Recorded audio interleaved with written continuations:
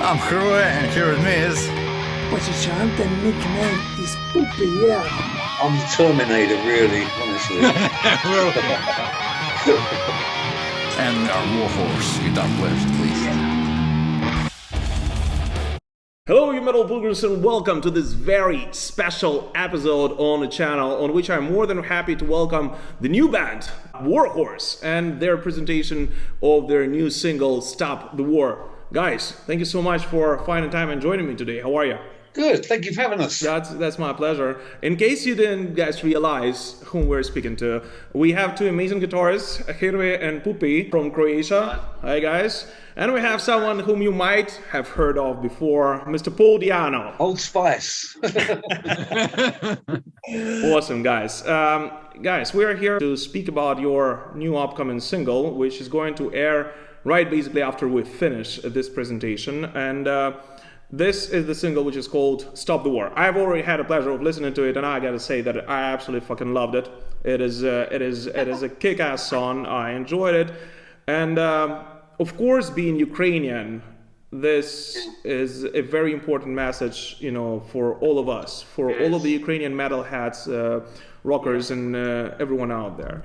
It's hard, man. It's absolutely heartbreaking. Yeah, I still cannot believe what is going on and everything we have to go through at the moment. So, guys, tell me, when did this idea to write a song about Ukraine basically arise, and who was the author and the main initiator of... It wasn't me. I better let you talk to Hruy and Poopy about that, because they came up with a song, gave it to for me to listen to, and I thought, this is absolutely fantastic.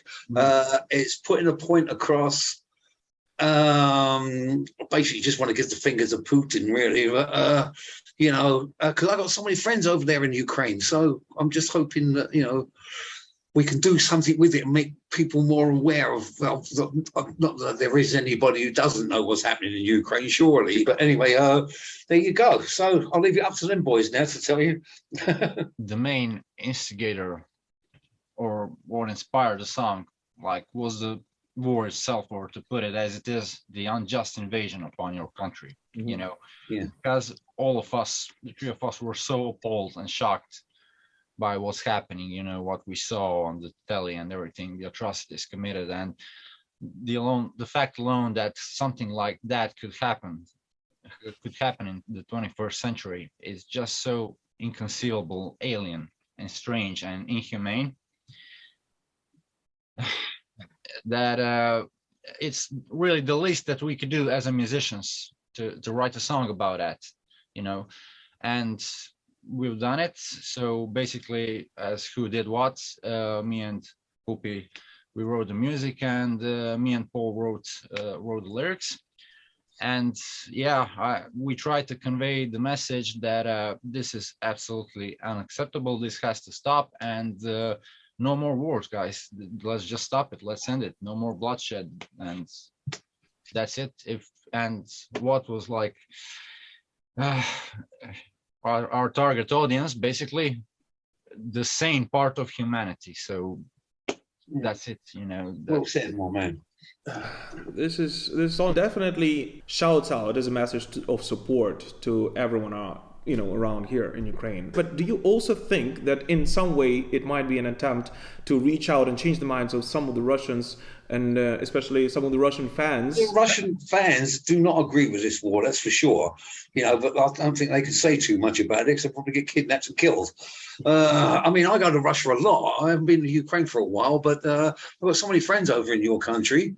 But it's difficult, you know, but it's not the Russian fans thought what's happening, you know. I mean, I think that's the last thing on their mind, you know. But you know, when the boss of your country goes in and starts throwing his toys out of the pram, as we say in England, you know, having a little hissy fit, you know, I don't think they want to get involved in all this, but they're probably too afraid to speak up, because, you know, some horrible things happen if you say things about Russia, you know.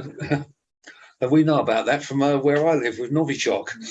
Unfortunately, it's been going on for a while now, and you know, we always in Ukraine keep saying that, you know, the unpunished evil will only grow in its force, right? And unfortunately, this is exactly what happened. To be honest with you, I just think he's just an aggressive motherfucker, and he should just stop. There's no reason for it. I mean, he did the same with Crimea and all this stuff. He just he wants the old Russia back. Where everybody else doesn't want it, apart from him. But you've been also to Kharkiv. You've been to the eastern part of Ukraine, which unfortunately, because of this invasion, is not even fit for living. No, right? I just saw this on the news today, and it's fucking awful. I'm sorry, man. I'm really angry. I don't know what to say. You know what I mean? Because what can I do to help? That's the thing. I'm only one person. I'm in a wheelchair at the moment, so. I mean, I'll be rolling against the tanks. That won't be very good. But the thing is, it's just stupid, just so stupid. So tell me, first of all, let's just make a step back. And I will continue talking about Ukraine because I'm Ukrainian. This is the main thing, of course. But and one thing about Ukrainians, we love to talk about our country. Always, not even during I know. There's no shame in that. No shame in that. But guys, tell me about how did this collab, just overall, Warhorse? Happened to be. When did this idea of a project called Warhorse arise? I assume it was not only because of Ukraine, right? I mean, so shall I start? Okay, of course you can, sir. December last year, Paul started his treatment in Croatia, and he wanted to form a new band with original material. So through a mutual friend of ours, Stepan, hello, cheers, Stepan. He's here. Yeah, he introduced the two of us. We met, we talked, we had a little chat, and we clicked right away. And we said, "Yeah, we'll form a band. We'll start writing music together." And then I approached Pupi here, who is my collaborator for 10 years or even more so. And we started, the three of us, working together immediately, and we recorded the first three songs in April, and we have a video now, and we'll continue towards the full album. And so you feel like Warhorse is not just a temporary project. You want to take it as a full-scale band, and we want to do a full album as well and do that. I mean, I'm still going to do my solo stuff as well, obviously. But I mean, once we got this album out, though, then we'll see who wants it around the world as well, and then we'll go ahead and do what I do, which is just play live. And absolutely. It's going to be good. We're going to get some kick-ass musicians for this, though. You definitely know one country which is always going to welcome you guys after we have a little problem over here we have to deal with. But after that, just come and play. I'd love to. I would love to. All right, guys. So, Paul, tell me one thing. How does the writing process right now in 2022 differ from what you've been doing, back in the early 80s? It doesn't change at all. I like to do the lyrics, and once I give me the music, and I'll just start writing on the lyrics, and that. So it's never changed. I'm too stupid to do anything else. Moram ga Zeru i pohvaliti dok su snimali. Fascinira me ta njegova odanost, taj trud uložen, borba za svaki ton, svaki fioret, i sad znam zašto je Paul DI'ANNO. He's a legend.